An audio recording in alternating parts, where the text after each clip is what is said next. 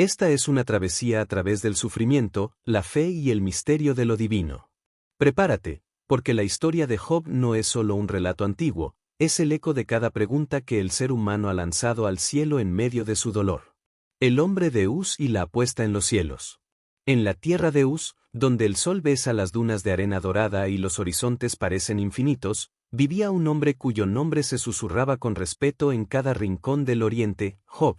No era solo su inmensa riqueza lo que lo hacía legendario, sus 7.000 ovejas, sus 3.000 camellos y sus 1.000 bueyes, sino su integridad inquebrantable.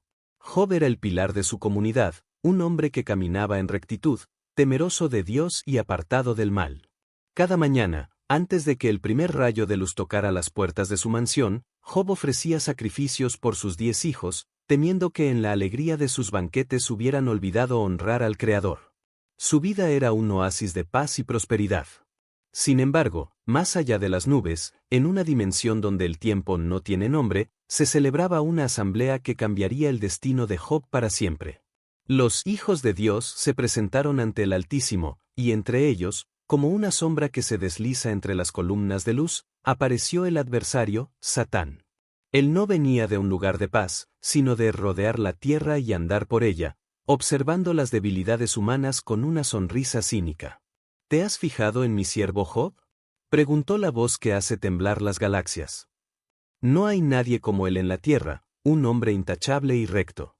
El adversario soltó una carcajada fría que resonó en el vacío. ¿Acaso Job te sirve por nada? Lo has rodeado de una muralla de protección. Has bendecido todo lo que toca.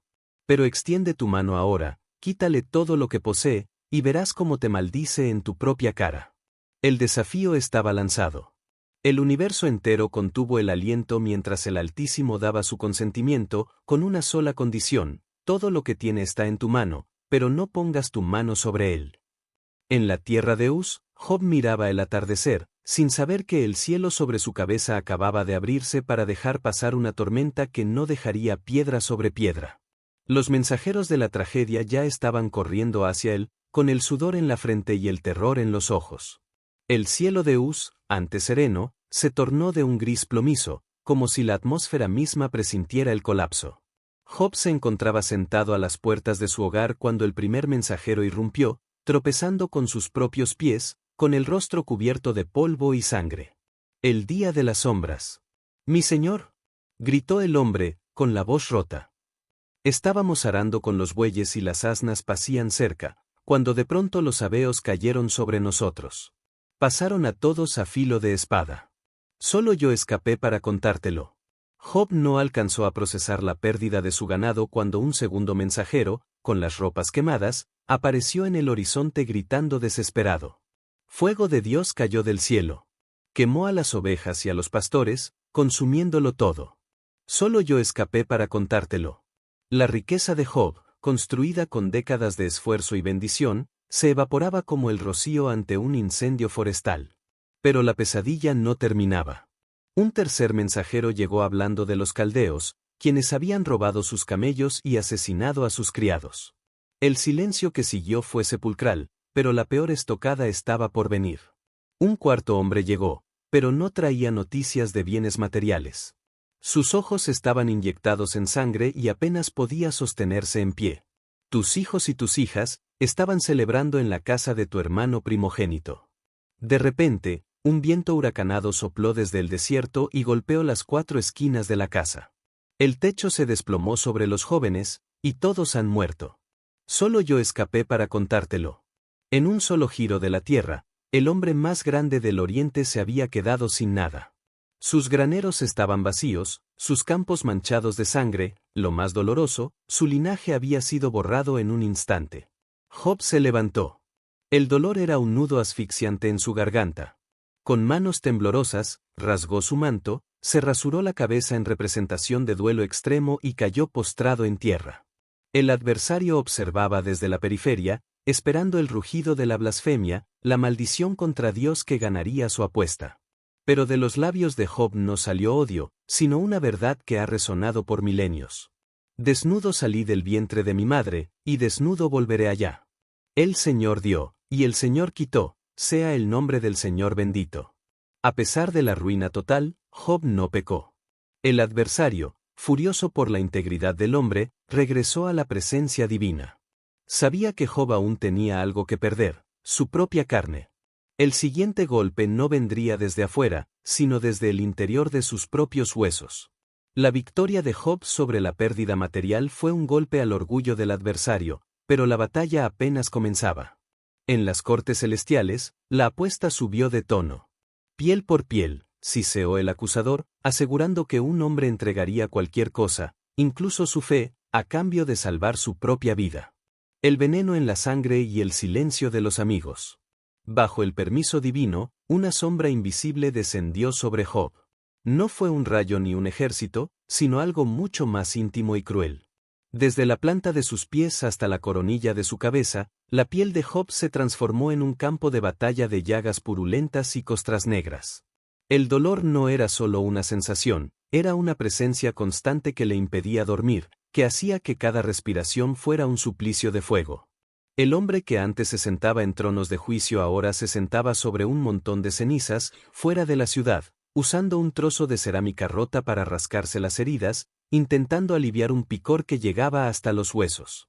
Entonces, de entre las ruinas de su vida, surgió la única voz que le quedaba, pero no traía consuelo. Su esposa, quebrada por el dolor de ver a sus hijos muertos y a su esposo transformado en un monstruo de agonía, se acercó a él. ¿Aún te mantienes firme en tu integridad?, gritó ella con una mezcla de lástima y rabia. Maldice a Dios y muérete. Job la miró con ojos hundidos pero encendidos por una chispa de sabiduría inamovible. Hablas como una mujer insensata. ¿Recibiremos de Dios el bien, y no recibiremos el mal? La noticia de la caída del león de Oriente voló con el viento. 3 de sus amigos más cercanos, Elifaz, Bildad y Zofar, hicieron un pacto para ir a consolarlo. Sin embargo, cuando llegaron a lo lejos, no pudieron reconocerlo. El hombre que recordaban había desaparecido bajo una capa de enfermedad y miseria. Conmovidos hasta el alma, rasgaron sus vestidos y lloraron a gritos. Se sentaron con él en el suelo, en medio de la ceniza y el polvo. Y allí permanecieron durante 7 días y 7 noches, sin decir una sola palabra, porque veían que su dolor era demasiado grande para ser nombrado. El silencio era tan denso que se podía cortar con un cuchillo. Pero después de esos 7 días, el silencio no se rompió con un susurro, sino con un grito de desesperación que haría temblar los cimientos de la lógica humana. Job, el hombre paciente, finalmente abrió la boca para maldecir, no a Dios, sino al día en que vio la luz por primera vez. El grito en el vacío y la respuesta de la tradición. Perezca el día en que yo nací. Clamó Job hacia el cielo gris. ¿Por qué no morí en el vientre? ¿Por qué hubo rodillas para recibirme? Ahora yacería yo en paz, durmiendo el sueño de los reyes, donde los malvados dejan de perturbar y los cansados hallan reposo. Para Job, la vida se había convertido en una prisión de luz donde Dios lo tenía cercado. Su lamento no era una negación de la existencia de lo divino, sino una demanda de justicia. ¿Para qué dar vida a quien solo conocerá la amargura? Ante este estallido, sus amigos no pudieron callar más. El primero en hablar fue Elifaz el temanita, el más anciano y místico del grupo. Su tono empezó con una falsa suavidad, pero pronto se tornó punzante. «Si alguien intenta hablarte, ¿te molestará?», preguntó Elifaz. «Tú que fortalecías a tantos, ahora que el golpe te toca a ti, te desmoronas. Piénsalo bien, Job, ¿quién, siendo inocente, ha perecido jamás? ¿Dónde han sido destruidos los rectos?». La lógica de Elifaz era simple y brutal: el mundo es un espejo de la moralidad. Si sufres, es porque has pecado. Le contó a Job sobre una visión nocturna, un espíritu que pasó frente a su rostro susurrándole que ningún mortal puede ser más justo que su hacedor. Para Elifaz, Job ocultaba alguna transgresión secreta que la justicia divina finalmente había sacado a la luz. Pero Job, lejos de humillarse ante esta acusación, sintió que el fuego de la indignación se sumaba al de sus llagas. Él sabía que su vida había sido recta. Los argumentos de sus amigos empezaban a sonar como flechas envenenadas en lugar de bálsamo para sus heridas. «Oh, que se pesara mi queja y mi ruina juntas en una balanza», replicó Job. «Pesarían más que la arena del mar». Mis palabras son desesperadas porque las flechas del Todopoderoso están clavadas en mí y su veneno lo bebe mi espíritu. Job miró a sus amigos a los ojos y denunció su traición, los llamó torrentes que se secan, amigos que fallan cuando más se les necesita. La tensión en el círculo de ceniza crecía. El debate ya no era solo sobre el dolor de un hombre, sino sobre la naturaleza misma de Dios. Entonces, Bildad el suita se preparó para hablar. Si Elifaz apeló a la experiencia mística, Bildad apelaría a la tradición implacable de los antepasados. Su intervención sería como un martillo cayendo sobre un yunque. El martillo de la tradición. Bildad no anduvo con rodeos. Para él, la justicia era una ecuación matemática donde el resultado siempre era exacto. Miró a Job con desprecio y lanzó su acusación. ¿Hasta cuándo hablarás de esa manera? Espetó Bildad. ¿Acaso Dios tuerce el derecho? Si tus hijos pecaron contra él, él los entregó al poder de su transgresión. Si tú fueras puro y recto, ciertamente él se despertaría ahora para restaurar tu morada. Bildad apeló a la sabiduría de los antiguos, a las generaciones pasadas que enseñaban que el malvado es como un junco que se seca sin agua. Para Bildad, el hecho de que Job estuviera sentado en la ceniza era la prueba irrefutable de que su árbol tenía raíces podridas. No había espacio para el misterio, solo para la retribución. Job, escuchando cómo Bildad incluso sugería que la muerte de sus 10 hijos había sido un castigo justo, sintió un dolor que superaba el de sus llagas. Sin embargo, su respuesta no fue un simple lamento, sino una profunda reflexión teológica que rozaba la desesperación. Ciertamente yo sé que es así, respondió Job con ironía amarga. ¿Pero cómo se justificará el hombre con Dios? Si quisiera contender con él, no podría responderle a una cosa entre mil. Él es sabio de corazón y poderoso en fuerzas, ¿quién se endureció contra él y le fue bien? Job comenzó a describir la aterradora magnitud de Dios, aquel que remueve las montañas, que despliega los cielos solo, que camina sobre las olas del mar. Job comprendía que no había tribunal humano donde pudiera demandar al Creador. Aunque yo fuera justo, mi propia boca me condenaría, exclamó Job. Él destruye tanto al íntegro como al impío. Si el azote mata de repente, él se ríe del sufrimiento de los inocentes. Fue en este punto de la historia donde Job lanzó el concepto más revolucionario y desgarrador de su discurso, la necesidad de un mediador. Se dio cuenta de que entre un Dios infinito y un hombre de polvo no había un puente. No hay entre nosotros un árbitro, sentenció Job, que ponga su mano sobre ambos. Que quite Dios su vara de sobre mí, y su terror no me espante. Entonces hablaría yo sin temor, pero no es así conmigo. Esta parte de la historia termina con Job exhausto, deseando que Dios simplemente apartara la vista de él para poder morir en paz. Pero el tercer amigo, Zofar el Naamatita, el más impaciente y dogmático de todos, ya estaba de pie, con el dedo índice señalando a Job, listo para lanzar una condena aún más feroz. El dogma de hierro y la rebelión del polvo. ¿Se quedará sin respuesta tanta palabrería? Rugió Zofar. Tú dices que tu doctrina es pura y que eres limpio a los ojos de Dios. Pero, si Dios hablara y abriera sus labios contra ti. Él te mostraría los secretos de la sabiduría, pues él castiga menos de lo que tu iniquidad merece. Zofar no solo acusaba a Job de pecado, sino que afirmaba que Dios estaba siendo indulgente al dejarlo vivo. Para este hombre, el sufrimiento de Job era una prueba de que Dios conocía secretos oscuros en su alma. Zofar concluyó con una promesa que sonaba a amenaza: si Job se arrepentía y alejaba la maldad de sus manos, su rostro volvería a brillar y sus días serían más claros que el mediodía. Pero Job ya había tenido suficiente. La compasión de sus amigos se había transformado en un juicio sumario. Con una mezcla de sarcasmo y dolor, Job les respondió: ciertamente ustedes son el pueblo, y con ustedes morirá la sabiduría. Exclamó con amargura. Pero yo también tengo entendimiento, no soy menos que ustedes. ¿Quién no sabe todo eso que dicen? Job se dio cuenta de que discutir con hombres que solo sabían repetir fórmulas religiosas era inútil. Eran médicos nulos y consoladores molestos. Entonces, tomó una decisión audaz que marcó un antes y un después en la historia. Job decidió ignorar a los hombres y llevar su caso directamente ante el Tribunal Supremo del Universo. Aunque él me mate, en él esperaré, declaró Job con una valentía que rozaba la locura. pero defenderé mis caminos delante de él. Él mismo será mi salvación, porque un impío no se atrevería a presentarse en su presencia. Job preparó su defensa. No pidió perdón por pecados que no cometió, sino que exigió una audiencia. Quería saber por qué el Creador se ensañaba con una criatura tan frágil como el hombre, que brota como una flor y es cortado, y huye como una sombra. Esta parte de la historia se cierra con una pregunta que ha atormentado a la humanidad desde entonces: si el hombre muriere, ¿volverá a vivir? Job comenzó a vislumbrar una esperanza lejana, una redención que no venía de la lógica de sus amigos, sino de algo que aún no podía ver. Pero antes de que el cielo respondiera, el ciclo de discursos volvió a empezar. Los amigos, ofendidos por la resistencia de Job, se prepararon para un segundo ataque, esta vez mucho más cruel y personal.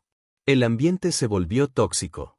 La empatía inicial de los amigos se había evaporado, reemplazada por una furia dogmática. Ya no buscaban restaurar a Job, buscaban aplastarlo bajo el peso de su propia justicia. El segundo ciclo de discursos comenzó con una violencia verbal que hacía que las llagas de Job parecieran leves en comparación. La escalada del cruel juicio. Elifaz el temanita volvió a la carga, pero esta vez su tono era de abierta hostilidad. Ya no era el místico que susurraba visiones, sino el fiscal que dictaba sentencia. ¿Responderá el sabio con vana sabiduría? Espetó Elifaz. Tus propias palabras te condenan.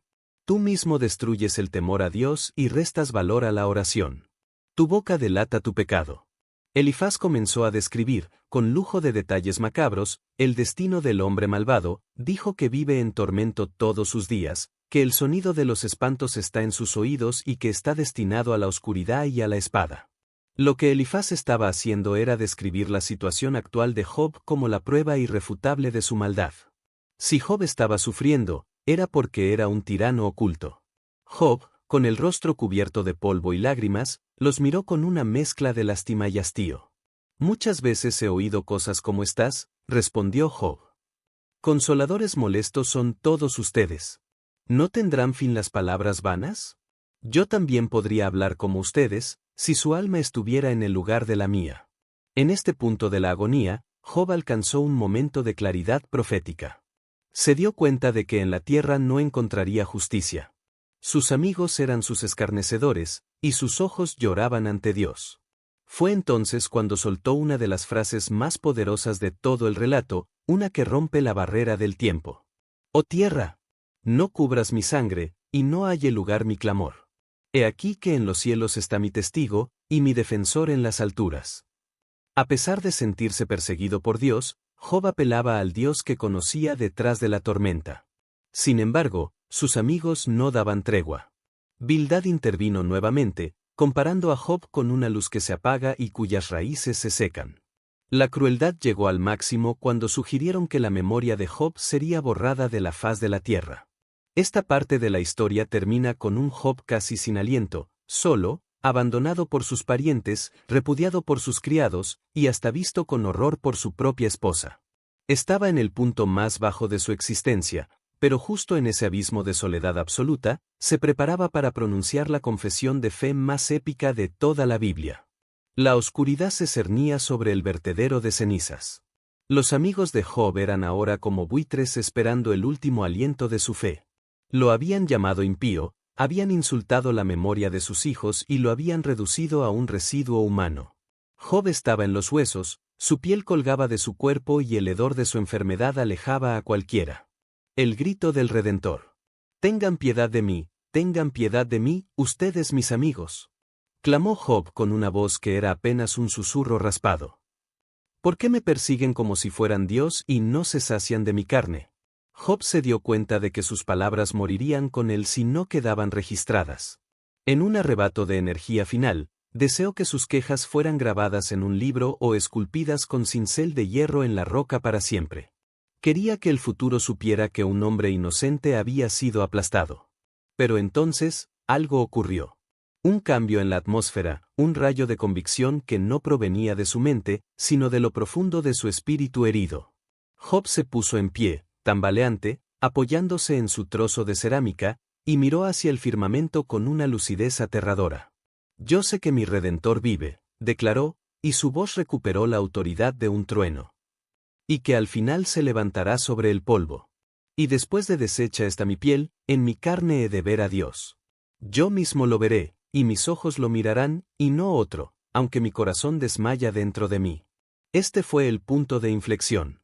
Job ya no pedía explicaciones, estaba declarando una victoria que trascendía la muerte. El Redentor, en hebreo, Goel, el pariente que sale al rescate para vengar una sangre o pagar una deuda, sería su abogado final. Sin embargo, los amigos, lejos de conmoverse por esta epifanía, se sintieron insultados. Sofar volvió a hablar con una rabia renovada, insistiendo en que el júbilo de los malos es breve y que Job pronto sería vomitado por la tierra. No podían permitir que Job tuviera esperanza, porque eso significaba que su lógica de pecado-castigo estaba equivocada. Esta parte del relato termina con Job desafiándolos con una observación cruda de la realidad. ¿Por qué viven los impíos, y envejecen, y aún crecen en riquezas? Job les demostró que, en el mundo real, los malvados a menudo mueren en paz y prosperidad, mientras que los justos sufren. El sistema de sus amigos se caía a pedazos. La tensión había llegado a su límite. Los tres amigos estaban a punto de guardar silencio por la frustración, pero un nuevo personaje, un joven que había estado escuchando en las sombras, apretaba los puños. Su nombre era Eliú, y su ira estaba a punto de estallar. El ambiente era de una derrota intelectual absoluta. Los tres amigos de Job, Elifaz, Bildad y Sofar, finalmente enmudecieron. Sus argumentos se habían agotado como pozos secos en el desierto, porque no podían responder a la integridad de Job ni a su demoledora observación de que el malvado a veces prospera. Pero el silencio no trajo la paz. La ira del joven Eliú. Desde la penumbra, más allá del círculo de ceniza, un hombre joven llamado Eliú se adelantó.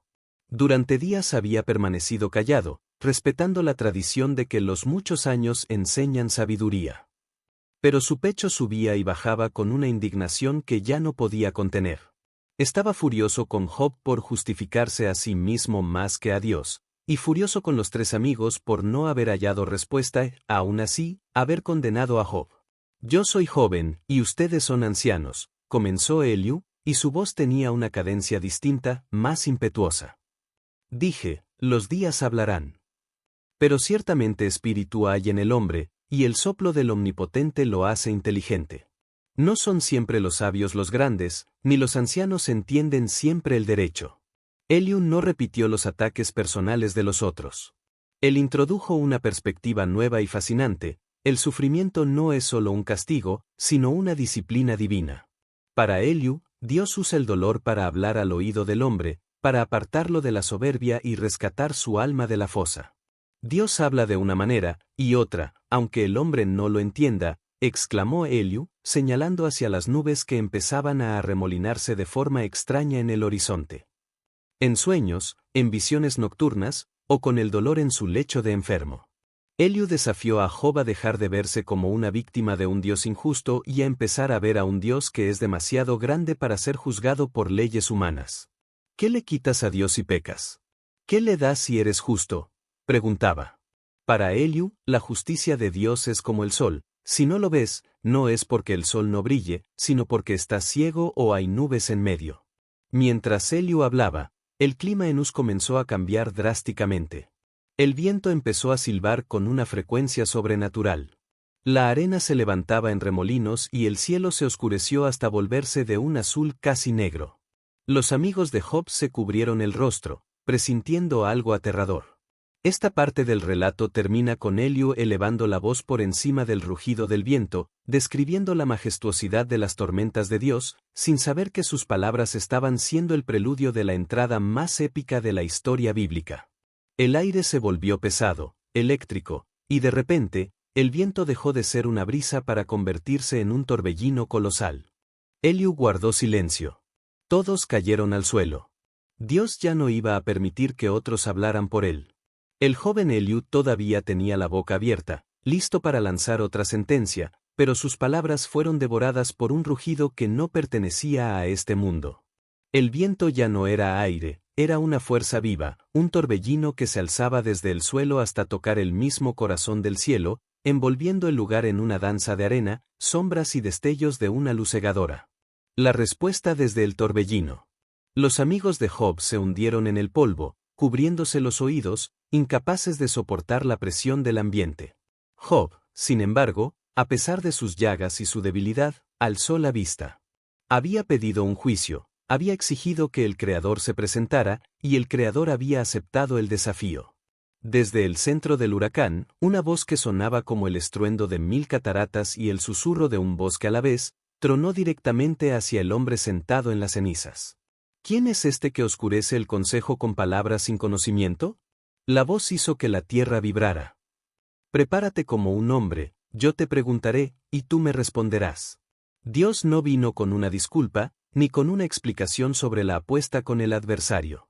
Vino con una avalancha de preguntas que redujeron el ego de Job y la lógica de sus amigos a cenizas insignificantes. ¿Dónde estabas tú cuando yo fundaba la tierra? Preguntó la voz. Házmelo saber, si tienes inteligencia. ¿Quién dispuso sus medidas? ¿Sobre qué están fundadas sus bases, o quién puso su piedra angular, mientras las estrellas de la mañana cantaban a coro y todos los ángeles gritaban de alegría? La lluvia de preguntas no se detuvo. Dios comenzó a desplegar ante Job un mapa de la creación que ningún ojo humano había visto: el encierro del mar tras sus compuertas, el nacimiento de la luz, los depósitos de la nieve y el granizo reservados para el tiempo de la batalla. Dios le preguntó a Job si él podía atar las cadenas de las Pléyades o guiar a la Osa Mayor con sus hijos. Job estaba mudo. Su pequeña justicia, la que tanto había defendido, se desvanecía ante la complejidad de un universo donde Dios alimenta al cuervo, da fuerza al caballo para la batalla y enseña al halcón a extender sus alas hacia el sur. Esta parte de la historia termina con un Job abrumado, dándose cuenta de que el universo es mucho más salvaje, hermoso y misterioso de lo que su moralidad simplista podía comprender. El Dios que se le presentaba no era un contador que sumaba pecados y restaba bendiciones, sino el artífice de un orden infinito. ¿Es sabiduría contender con el Omnipotente? Concluyó Dios. El que disputa con Dios, responda a esto. Job bajó la cabeza, y su mano, que antes señalaba al cielo exigiendo respuestas, ahora se posaba sobre su propia boca en señal de absoluto asombro. El torbellino no se detuvo. La presencia divina era tan pesada que el aire mismo parecía sólido. Job, que había pasado mucho tiempo preparando su defensa legal, se encontró de repente sin palabras. El hombre que se sentía el centro del universo por su sufrimiento, ahora se veía a sí mismo como un grano de arena frente a la inmensidad del océano. El silencio del hombre y las bestias del caos. Job, con la voz quebrada y la cabeza gacha, finalmente se atrevió a responder al estruendo. He aquí que yo soy vil, ¿qué te responderé? Mi mano pongo sobre mi boca. Una vez hablé, mas no responderé, aun 2 veces, mas no volveré a hablar. Pero Dios no había terminado. El Creador quería que Job entendiera que su justicia no es una justicia humana de premio y castigo, sino un equilibrio cósmico que incluye fuerzas que el hombre no puede controlar. Para ilustrar esto, Dios invocó las imágenes de 2 criaturas legendarias, seres que representaban el poder indomable y el caos. Mira ahora a Behemoth, dijo la voz. Come hierba como el buey, pero sus huesos son como barras de hierro. Es la obra maestra de Dios. Solo aquel que lo hizo puede acercarle su espada. Dios describió a esta bestia de fuerza bruta, que no se inmuta aunque el río Jordán se lance contra su boca. Pero Behemoth era solo el principio. La descripción se tornó más oscura y majestuosa al presentar a Leviatán, el monstruo de las profundidades. ¿Sacarás tú al Leviatán con anzuelo? Desafió Dios. ¿Pondrás soga en sus narices? Si pones tu mano sobre él, te acordarás de la batalla y nunca más lo intentarás. Sus escudos son su orgullo, cerrados entre sí estrechamente. De su boca salen llamaradas, de sus narices sale humo. Dios le estaba mostrando a Job que en el mundo existen fuerzas terribles y hermosas que no están bajo el dominio humano, pero que están bajo el cuidado del Creador. Si Job no podía siquiera domar a una criatura de la tierra, ¿cómo pretendía corregir el gobierno del universo? El mensaje era claro: el sufrimiento de Job no era un error de cálculo de Dios, sino parte de un diseño tan vasto que el ojo humano solo puede ver un pequeño fragmento. La justicia de Dios no es una pequeña balanza doméstica, sino un tapiz infinito. Esta parte del trama termina con Job completamente transformado. El hombre que empezó la historia quejándose de su destino, ahora estaba a punto de pronunciar las palabras que cerrarían su conflicto interno para siempre. Ya no necesitaba saber por qué sufría, había visto a quien sostenía su vida. El torbellino comenzó a ceder, dejando tras de sí un silencio absoluto, más pesado que el mismo estruendo. Job, aún rodeado por el polvo de la tormenta, ya no era el hombre que rascaba sus heridas con desesperación. Sus ojos, antes nublados por el dolor y la autocompasión, ahora brillaban con una claridad sobrenatural. El arrepentimiento en polvo y ceniza. Job se postró, hundiendo su rostro en la misma ceniza que había sido su lecho de amargura. Su voz, ahora firme y serena, se elevó hacia el cielo que aún vibraba. Yo reconozco que todo lo puedes, confesó Job, y que no hay pensamiento que se esconda de ti. ¿Quién es el que oscurece el consejo sin entendimiento? Por eso, yo hablaba lo que no entendía, cosas demasiado maravillosas para mí, que yo no comprendía. Job admitió que su conocimiento previo de lo divino era solo una sombra, un eco lejano comparado con la realidad que acababa de experimentar. Sus palabras finales sellaron su transformación. De oídas te había oído, mas ahora mis ojos te ven. Por tanto me aborrezco, y me arrepiento en polvo y ceniza. Pero el drama no terminó con la paz de Job. La mirada del Todopoderoso se desvió del hombre restaurado y se posó sobre las tres figuras que temblaban a pocos metros de distancia, Elifaz, Bildad y Zofar. La voz volvió a tronar, pero esta vez con una nota de indignación que heló la sangre de los tres ancianos. Dios se dirigió directamente a Elifaz el temanita. Mi ira se ha encendido contra ti y contra tus dos amigos, declaró el Altísimo. Porque no habéis hablado de mí lo recto, como mi siervo Job. El juicio fue irónico y demoledor. Los hombres que se creían los defensores de la reputación de Dios fueron declarados mentirosos. Aquellos que habían condenado a Job por pecador, ahora descubrían que eran ellos quienes estaban en peligro de juicio divino. Dios les ordenó tomar 7 becerros y 7 carneros e ir a Job para ofrecer sacrificios. Pero había una condición final, un último giro épico. Dios solo los perdonaría si su víctima, el hombre al que habían humillado y juzgado sin piedad, intercedía por ellos. Esta parte de la historia termina con una imagen de justicia poética. Los tres sabios de Oriente, humillados, arrastrando sus animales hacia el montón de cenizas donde Job, el paria, se preparaba para actuar como su sacerdote. El destino de los amigos dependía ahora del corazón de aquel a quien intentaron destruir. La tensión alcanzó su punto máximo en aquel vertedero. Los tres hombres que se consideraban los guardianes de la verdad, Elifaz, Bildad y Zofar, se acercaron con la cabeza baja, arrastrando los animales para el sacrificio. El mundo se había invertido, el pecador era ahora el único puente entre ellos y la ira del cielo. El sacrificio y el giro del destino. Job miró a sus amigos. Podría haber sentido el sabor amargo de la venganza, podría haberles recordado cada palabra cruel, cada juicio injusto sobre sus hijos muertos y su piel podrida. Sin embargo, en la presencia de Dios, el rencor no tiene oxígeno para arder. Con manos aún marcadas por las cicatrices, Job preparó el altar. Elevó su voz, no para pedir justicia contra ellos, sino para pedir misericordia. Fue un momento épico de gracia, el hombre que lo había perdido todo, orando por aquellos que le habían quitado lo último que le quedaba, su dignidad. Y entonces, ocurrió el milagro. Y quitó el Señor la aflicción de Job, cuando él hubo orado por sus amigos, y aumentó al doble todas las cosas que habían sido de Job. En el mismo instante en que el perdón fluyó del corazón de Job hacia sus perseguidores, algo cambió en su propio cuerpo. El fuego que quemaba sus huesos se apagó. Las llagas comenzaron a cerrarse, dejando una piel nueva, más fuerte que la de un joven. La debilidad que lo encorvaba desapareció, y Job se puso en pie, respirando el aire puro del desierto con pulmones renovados.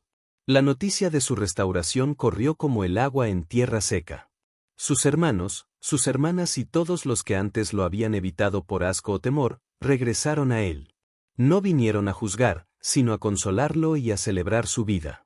Cada uno de ellos le trajo una pieza de plata y un anillo de oro, simbolizando el fin de su invierno y el inicio de una nueva primavera. Pero la restauración de Job no iba a ser solo una pequeña compensación. El adversario, que había apostado por su caída, había desaparecido en las sombras del olvido. El Altísimo estaba a punto de demostrar que su bendición sobrepasa cualquier tragedia que el mal pueda orquestar. Esta parte del libro termina con Job viendo cómo sus campos, antes desolados, comienzan a llenarse de nuevo. Pero no era solo el ganado lo que volvía, la vida misma estaba a punto de florecer en su propio hogar de una manera que él nunca se atrevió a soñar tras enterrar a sus primeros hijos. La luz del sol de Uz ya no era un peso abrasador, sino una caricia de vida. La tierra, que parecía haber quedado estéril tras la tragedia, comenzó a responder al paso de Job. El desierto florecía y el murmullo de los arroyos se mezclaba con el sonido de una prosperidad que desafiaba toda lógica humana. La doble porción y la belleza de Uz. Lo que el viento se llevó en un día de terror, el cielo lo devolvió con creces. Job caminaba por sus tierras y veía cómo sus posesiones se multiplicaban como estrellas en el firmamento. Donde antes hubo 7.000 ovejas, ahora había 14.000, donde hubo 3.000 camellos, ahora 6.000 deambulaban por el horizonte. El hombre que fue reducido a cenizas era ahora el doble de rico, el doble de influyente, pero con un alma 1000 veces más profunda. Sin embargo, la mayor restauración no estaba en los graneros, sino en el calor de su hogar. Dios bendijo a Job con 10 hijos más, 7 varones y 3 mujeres. Pero el texto sagrado se detiene en un detalle inusual y hermoso. En un mundo donde la historia solía registrar solo los nombres de los hombres, la historia de Job hace una pausa para honrar la belleza y el legado de sus hijas, Gemima, paloma, Cesia, canela, y Querenapuc, frasco de antimonio. Y no se hallaron mujeres tan hermosas como las hijas de Job en toda la tierra, dice la crónica. Y su padre les dio herencia entre sus hermanos. Este acto de Job, dar herencia a sus hijas, mostraba que el hombre que había visto el rostro de Dios ya no se regía por las estrechas leyes del mundo antiguo. Su corazón se había ensanchado. Había entendido que la gracia de Dios no hace distinciones y que la vida es demasiado preciosa para ser limitada por tradiciones rígidas. Job miraba a sus nietos y bisnietos jugar entre los rebaños. Cada risa era un triunfo sobre el silencio de las tumbas, cada nueva mañana era un testimonio de que el dolor, aunque profundo, no es el final de la historia para aquel que se atreve a ser honesto con su Creador. Pero mientras los años pasaban y su barba se volvía blanca como la nieve del Hermón, Job sabía que su historia estaba llegando a su conclusión terrenal. Su fe había sido probada en el fuego y había salido como oro puro. Solo faltaba el último suspiro, el cierre de un ciclo que cambiaría para siempre la forma en que la humanidad entiende a Dios. El aire de Uz se llenó de una paz que sobrepasaba todo entendimiento. Los años fluyeron como un río caudaloso y sereno, y Job vio pasar ante sus ojos 4 generaciones de su linaje. Aquel hombre que una vez deseó no haber nacido, ahora contaba cada día como un regalo sagrado, saboreando el aroma de la tierra y la risa de sus descendientes. El reposo del guerrero de la fe. Job llegó a la asombrosa edad de 140 años después de su restauración. Sus ojos, aunque cansados por el tiempo, conservaban el brillo de aquel que ha mirado al sol de frente y no ha quedado ciego. Ya no necesitaba preguntar, ¿por qué? La respuesta estaba en la vida misma y en la presencia constante de aquel que camina sobre las alas del viento. Finalmente, llegó el momento en que el cuerpo de Job reclamó su descanso. No hubo amargura en su despedida, ni el terror que sintió en aquel vertedero de cenizas años atrás. Job cerró los ojos rodeado de amor, viejo y lleno de días, sabiendo que su historia no terminaba en el polvo, sino que apenas comenzaba en la eternidad. El legado de Job quedó grabado no solo en la roca, sino en el alma de la humanidad. Su historia destruyó para siempre la idea de que el sufrimiento es siempre un castigo, y nos enseñó que la fe no es ausencia de dudas, sino la valentía de llevar esas dudas ante Dios. La verdadera sabiduría no está en tener todas las respuestas, sino en confiar en quien las tiene. El Redentor vive, y al final de todas nuestras tormentas, Él tiene la última palabra. Job murió, pero su voz sigue gritando desde el torbellino a cualquiera que atraviese una noche oscura: no te rindas, porque tus ojos también verán a Dios. La apuesta en los cielos se había ganado. El hombre había demostrado que se puede amar lo divino no por lo que da, sino por lo que Él es.